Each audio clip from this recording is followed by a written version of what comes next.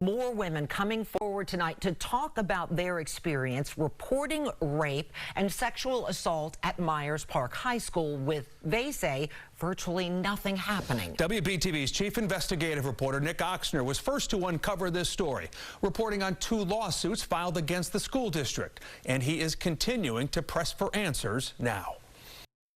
When you saw our story about the 2 other former students who'd reported being assaulted at Myers Park, what'd you think? It was like reading my own story. It really hit hard. Serena Evans reported being raped after school on campus one day in October 2016. I just remember the look in his eyes. I knew that if I fought him, I might get hurt. So my body just shut down. I just kind of dissociated. I was like, it's better to just do what he says than end up in the hospital or in a coma or something. She was a freshman tennis player getting ready for a match after school. After it happened, he left the bathroom. I curled over the toilet. I thought I was just gonna throw up everywhere. She says she got dressed for a tennis match and tried to play, but couldn't. 3 days later, she told her mom she'd been raped. They called police and notified school administrators. I was told if I pursue this and he's found not guilty, I would get in trouble for being in the boys' bathroom, and I might get suspended for that. When you walked out of that meeting, did you feel like anyone believed you at the school? No, I still don't feel like anyone believes me at the school.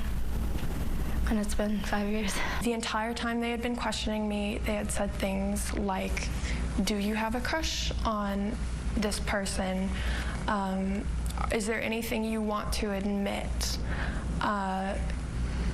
They just constantly were reinforcing this idea that I was lying to them. And, you know, over time, I started, I almost started to believe it. And I really felt like, I was doing something wrong. This former student, who graduated just a few weeks ago, reported being repeatedly sexually assaulted by another student on the school bus in 2018.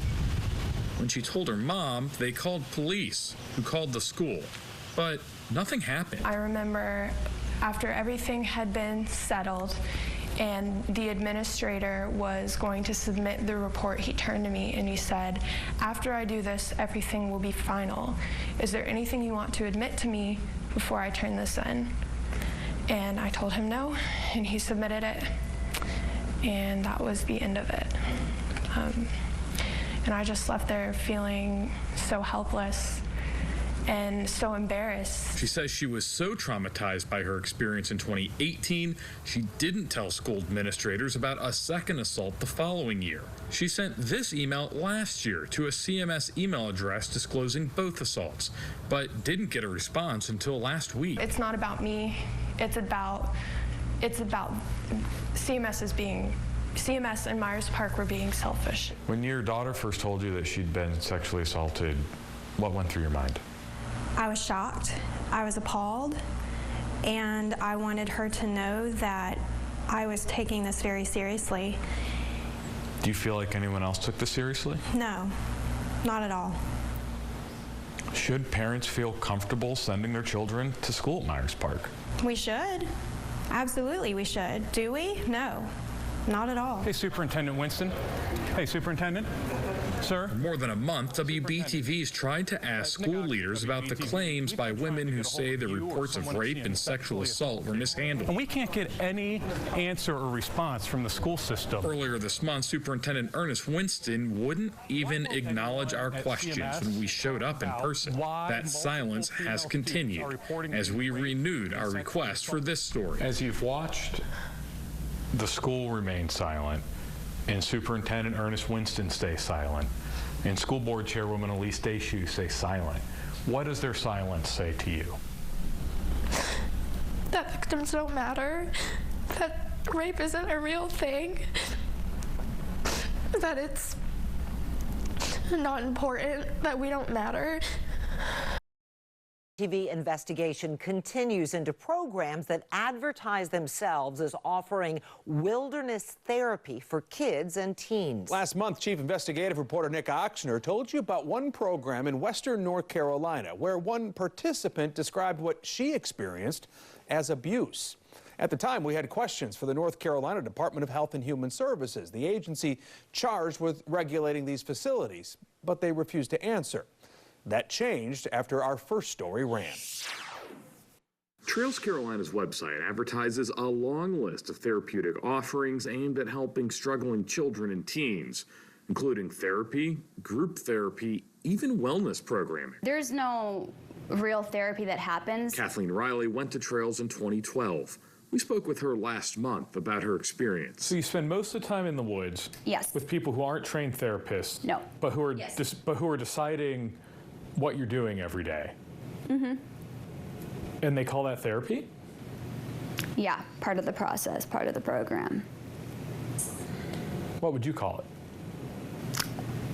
Abuse. And former staff member Jonathan Hyde, who worked as a wilderness guide last summer at Trails, cast doubt on the program too. Plenty of times where we both had to, 2 out of, the 3 staff had to go focus on one individual. The question of supervision there, effective supervision comes into question. Hyde says he got just 3 days of training. If I was a parent, I'd be pretty pissed to find out what the actual therapy that happens.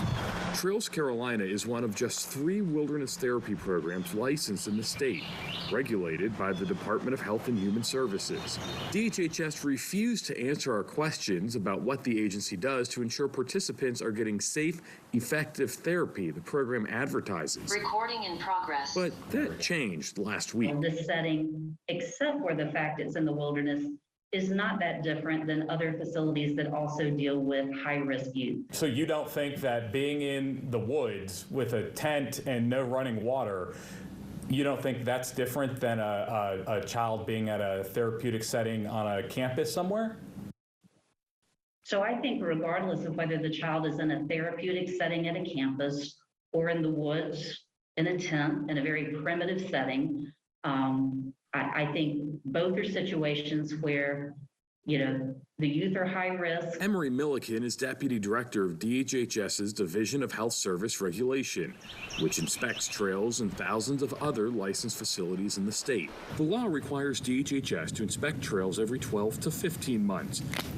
But records show the agency has sometimes gone longer. DHHS did not visit Trails at all in 2017 or 2020. DHHS says it suspended inspections due to COVID. But a former staff member says Trails was busier than ever last year. We are looking to determine whether or not a facility is complying with those regulations, which, if they are, should mean the children are getting the therapy that they need in a safe and appropriate environment.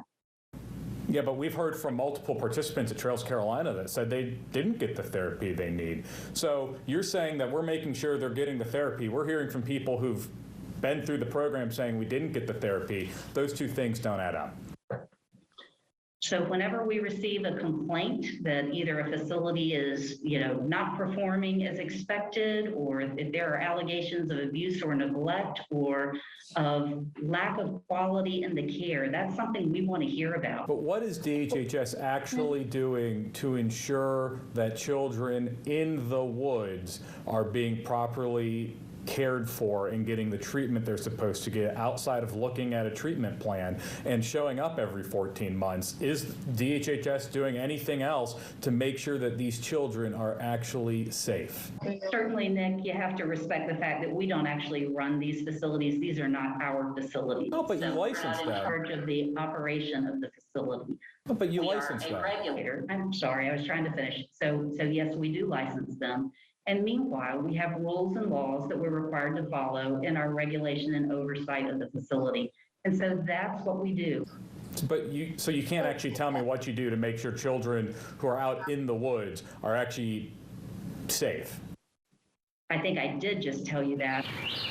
Reporting in Charlotte, Nick Ochsner, WBTV, on your side. We have posted more of that interview online. You can watch now and see our previous reporting on Trails Carolina online, also at WBTV.com. Single parents struggling to make ends meet have been left in limbo during the pandemic by a court system that has all but shut down and won't hear their child support cases. Now, WBTV's chief investigative reporter Nick Ochsner is asking court leaders why these hearings aren't being held. Jasmine McIntyre and her 11-year-old son TJ have spent a lot of time together since the start of the pandemic. You made me shuffle my good cards away. Most of it in this 2-bedroom apartment. I'm waiting on my child support payments. The case has been in arrears basically since it was started. McIntyre says TJ's father owes more than $7,000 in past due child support. But she can't go a judge to enforce it because until recently, Mecklenburg County hadn't scheduled new cases for months. I said I wanted a court date, and I've yet to get that court date. It's been since October, and they're telling me that court's not in session, that court's not closed. McIntyre's son is on the spectrum. He was in therapy, but that had to stop when McIntyre couldn't afford the office visits. She also had to move from a townhouse into the subsidized apartment she's in now. I'm sure, because you're here, that I'm not the only person that's going through this. But it's good to know that we have someone like you that's here to help us get through it. I called you because the Mecklenburg County Child Support has indicated that the child support amount should be increased. However, they've not enforced that. Chris Strobel can't get help either. Mecklenburg County Child Support Enforcement ruled last year that since she got sick and had to stop working, the child support payment she gets to take care of her son should double. But her son's father's contested that, which means a judge has to decide. She got this letter from Child Support Enforcement saying they can't schedule a hearing until court resumes. Has anyone given you any idea when court hearings might resume? No.